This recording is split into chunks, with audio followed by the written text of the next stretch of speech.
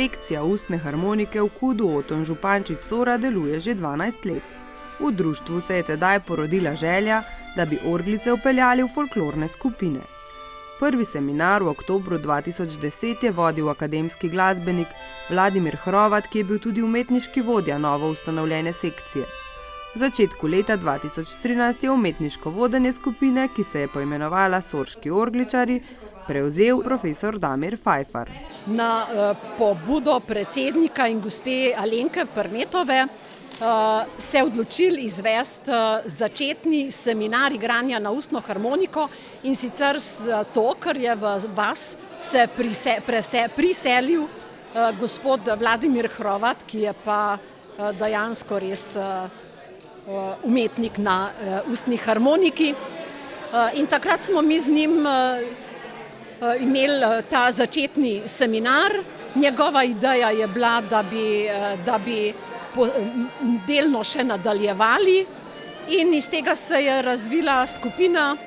2 leti smo delali pod njegovim vodstvom, od leta 2013 dalje spomladi pa nas je prevzel gospod profesor Damir Fajfar, in z njim smo dejansko zdaj že marca bo 10 let, kar smo skupaj kot skupina Sorški orgličarji. Božični koncert so popestrili z bogatim naborom pesmi, ki so jih izbrali po prav posebnem ključu. Povsem enostavno, letos je 60-letnica slovenske popevke, in ko pogledam naš repertoar skladbic, ki smo jih že igrali, to je čez 60 komadov,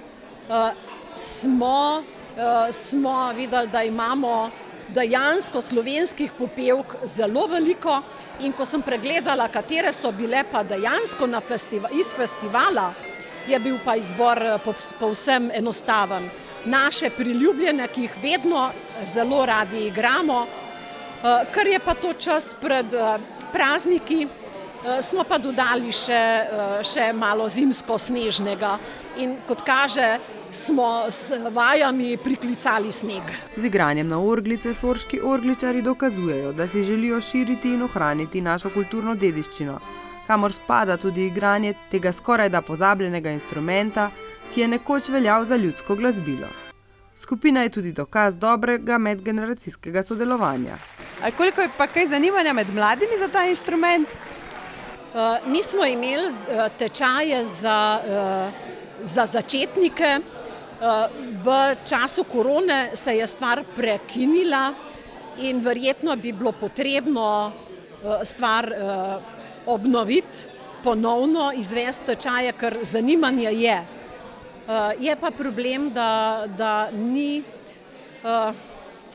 ni toliko ljudi, ki bili pripravljeni delati s tem. Nastop pa so popestrili tudi igralci dramske sekcije, ki konec decembra pripravljajo prav posebno odrsko priredbo. Gre za predstavo, ki bo premiero doživela 26. decembra. Priprave so v polnem teku, se pripravljamo, mogoče nismo še na točki, ampak prihajamo k njej. Koliko vas sodeluje, kako je bilo poprijeti za režisersko taktirko? Zanimivo. Imam ful dobro ekipo, dajmo tako reči, in je lahko delati zato, ker se poznamo, ker znamo sodelovati, in res bi si težko želela boljšo ekipo. Vsak poprime za kakšno zadevo, pa smo hitro tam, kjer moramo biti. Predstava Vesna bo obudila legendarni slovenski film, pravzaprav gre za priredbo prve slovenske komedije iz leta 1953, ki velja za kultni slovenski film in enega najboljših.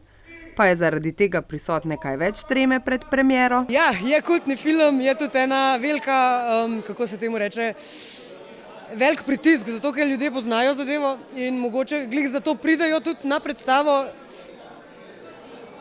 Pričakujejo, kaj lahko pričakujejo. Po moje, kar eno fletno popestritev, mogoče enega decembrskega večera. Karte za decembrsko predstavo so že na voljo.